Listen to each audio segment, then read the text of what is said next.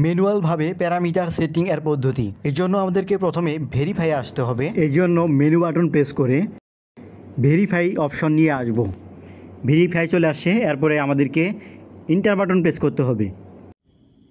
এখানে A1023 রয়েছে, এটি 3 থাকবে। আমরা একটি খাতায় এগুলো লিখে নিব এবং অন্য একটি ইনভার্টারে এই প্যারামিটারগুলো সেট করব।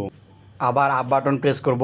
এখানে রয়েছে B1013, এই প্যারামিটারগুলো আমরা খাতায় লিখে রাখব।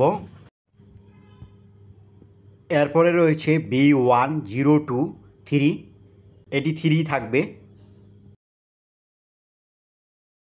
এরপরে রয়েছে B1031, এখানে 1 থাকবে। পুনরায় আপ বাটন প্রেস করব। এখানে রয়েছে C20100।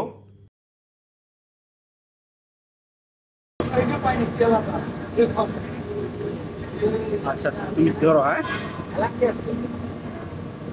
ভাই এইটা কি করেন আমরা? আমরা কিন্তু কাজ করবো এইটা আর এইটা, ওটা কিন্তু না। ঠিক আছে, মনে করাই দিলাম।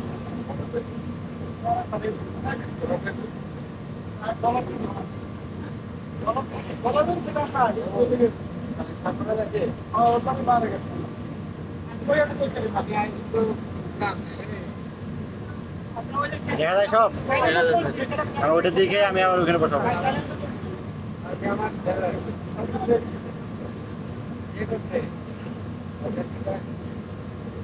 প্রথমে চলে আসছি আবার, তাই না?